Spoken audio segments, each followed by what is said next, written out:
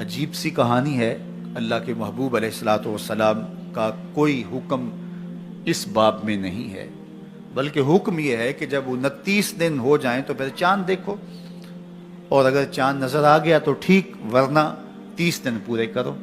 بس یہ سادہ سا ایک نظام ہے۔ باقی وہ مبارک دن، وہ مبارک لمحے، وہ مبارک مہینے جن کے اندر اللہ تعالیٰ نے خاص برکتیں رکھی ہیں، تو ان سے برکتیں حاصل کرو۔ تو یہ جو ہم ایک وہ بھیڑ چال کے طور پہ یہ شعر ہونا شروع ہو جاتا ہے کہ فلاں مہینے کی جس نے سب سے پہلے خبر دے دی تو اس پر رسول اللہ کی شفاعت واجب ہو گئی۔ تو یہ کتنی بدترین بات ہے کہ حضور کے نام وہ چیز منسوب کر دی جو میرے حضور نے فرمائی ہی نہیں۔ یہ بلکہ فرمایا کہ جس نے میرے اوپر جانتے بوجھتے جھوٹ گھڑا اور میری طرف جھوٹ کو منسوب کیا، وہ اپنا ٹھکانہ جہنم میں تلاش کرے۔ تو اس لیے یہ بات ذہن میں رکھیے گا کہ کبھی بھی جو ہے وہ حضور کے نام سے ایسی کوئی بات موجود نہیں، اور اس کو کبھی بھی شیئر نہ کیجیے گا۔ باقی آپ خبر دیں یا نہ دیں، جب ربیع الاول آئے گا پورے زمانے کو خبر ہوگی۔ وہ مہینہ طلوع ہو رہا ہے، بلبلیں چہکنے لگیں گی، غنچے مہکنے لگیں گے، کلیاں چٹکنے لگیں گی، ناگہاں ساکن ہواؤں پر روانی آ گئی، اور چمن کے پتے پتے پر جوانی آ گئی۔ آج زانوئے ازل نے صبح پہ انگڑائی لی، اور مسکرا کر ایک کرن نے ہاتھ میں شہنائی لی۔ مخزن اسرار قدرت کے امی پیدا ہوئے، غل ہوا دنیا میں ختم المرسلین پیدا ہوئے۔ تو جب وہ مبارک گھڑیاں، جن گھڑیوں میں صدیاں قبل میرے حضور آئے تھے، تو وہ لمحے آئیں گے تو برکتیں خود آپ روحوں میں اترتی محسوس کریں گے۔ باقی انتظار ضرور کیجئے گا، لیکن ایسی کوئی خبر اور اس طرح کی کوئی حدیث موجود نہیں۔ شہر مدینہ کائنات کی وہ پاکیزہ بستی ہے جہاں حضور رہتے ہیں، اور اہل ایمان کو اس شہر نور کے ساتھ جو قلبی لگاؤ ہے، جو ربط باطن ہے، ان کی روحیں جس طرح اس شہر کی طرف کھینچی چلی جاتی ہیں، اور آنکھیں ترستی ہیں اس شہر نور کو دیکھنے کے لیے، اور دل تڑپتے ہیں اس کے نظاروں کے لیے، تو یہ اسی لیے ہے کہ یہاں محبوب رہتے ہیں۔ اقبال نے کہا تھا، خاک طیبہ از دو عالم خوش ترست، آن خنک شہرے کے آنجا دل برست۔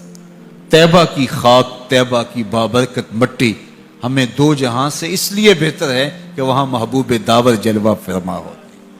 تو حضور کی وجہ سے وہ شہر خوباں، وہ شہر جمال اور وہ شہر نور عقیدتوں کا مرکز اور محبتوں کا مامن و مسکن ہے، اور اہل ایمان حج کرنے کے بعد اس شہر نور کی حاضری کے لیے ضرور جاتے ہیں۔ میرے حضور نے ارشاد فرمایا، من حج البیت ولم یزرنی فقط جفانی، جس نے بیت اللہ کا حج کیا اور میری زیارت کے لیے نہیں آیا، اس نے میرے ساتھ زیادتی کی ہے۔ مکہ بھی رحمتوں والا ہے، مدینہ بھی برکتوں والا ہے۔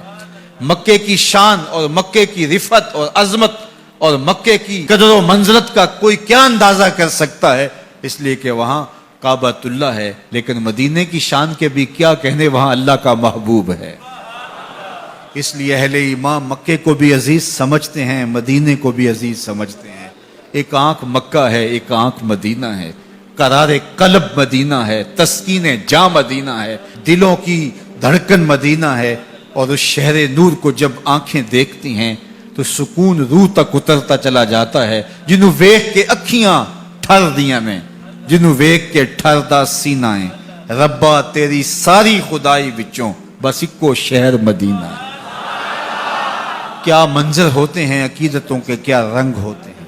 علماء نے لکھا ہے، احناف نے، شوافع نے اور حنابلہ نے، یہ تینوں امام کہتے ہیں، امام احمد بن حنبل، امام شافعی اور امام ابو حنیفہ علیہم الرحمہ، یہ تینوں ائمہ کہتے ہیں اگر کوئی شخص مدینہ المنورہ جائے اور حضور کے روضے پہ حاضری دے تو وہ یہ کہے کہ میں حضور کا روضہ دیکھ کے آیا ہوں۔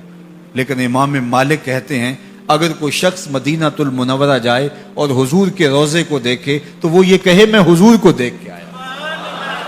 اس لیے کہ حضور کے وصال کے بعد جس نے حضور کے روضے کی زیارت کی، فرمایا وہ ایسا ہے جس طرح اس نے زندگی میں میری زیارت کی۔ تو اس درے نور کو دیکھ کر کے، اس ساوے گنبد کو دیکھ کر کے، اس سبز روزے کو دیکھ کر کے، ان سنہری جالیوں کو دیکھ کر کے وہ احساس ہوتا ہے کہ ہم حضور کے قدموں میں بیٹھے ہیں۔ وہ دیکھو دیکھو سنہری جالی، ادھر سوالی ادھر سوالی، عجیب رنگتیں، عجیب انداز اور محبتوں کی برستی ہوئی برکھا، عقیدتوں کے بکھرے ہوئے رنگ، سوالی جھولیاں لیے کھڑے ہیں، لیکن ہر ایک کی جھولی بھری جا رہی ہے، خیرات دی جا رہی ہے، انوار کی برکھا برس رہی ہے، روحوں کی پیاس بجھ رہی ہے۔ تھکے ماندے ہارے ہوئے لوگ، دکھوں کے ستائے ہوئے لوگ جب حضور کے روضہ انور کی طرف رخ کرتے ہیں تو ان کے دل میں ارمان ہوتے ہیں کہ میں یہ دکھ بھی حضور سے کہوں گا، یہ دکھڑا بھی حضور کو سناؤں گا، یہ درد کی کہانی بھی انہیں کہوں گا، لیکن جب روبرو مواجہ انور کے ہوتے ہیں کوئی دکھ یاد ہی نہیں رہتا۔ ظہوری نے تو قلم توڑ دیا، دکھ درد کے ماروں کو غم یاد نہیں رہتے، دکھ درد کے ماروں کو غم یاد نہیں رہتے، جب سامنے آنکھوں کے غم خار نظر آئے۔ اللہ اکبر، مکے کی فضاؤں میں، طیبہ کی ہواؤں میں ہم نے تو جدھر دیکھا سرکار نظر آئے، بس یاد رہا اتنا سینے سے لگی جالی، پھر یاد نہیں کیا کیا انوار نظر آئے۔ اللہ اکبر، تو وہ کیا منظر ہوتا ہے، وہ کیا گھڑیاں ہوتی ہیں جب زائر حج کے بعد یہاں حاضر ہو رہا ہوتا ہے اور آقا کریم علیہ السلام اس پہ کیسی شفقتیں کرتے ہیں، یہ بیان کرنے اور گفتگو میں سمونے کا مضمون نہیں ہے۔ یہ کیفیات ہیں جو محسوس کی جا سکتی ہیں۔ بخدا لذت ای میں نہ شناسی تا نہ چشی، کہ یہ لذت تو جب تک چکھے گا نہیں اس کی پہچان تجھے ہو ہی نہیں سکتی ہے۔ تو میری دعا آپ سب کے نام ہے کہ اللہ آپ سب کو بار بار حج بیت اللہ اور زیارت روضہ رسول صلی اللہ علیہ وآلہ وسلم نصیب فرمائے۔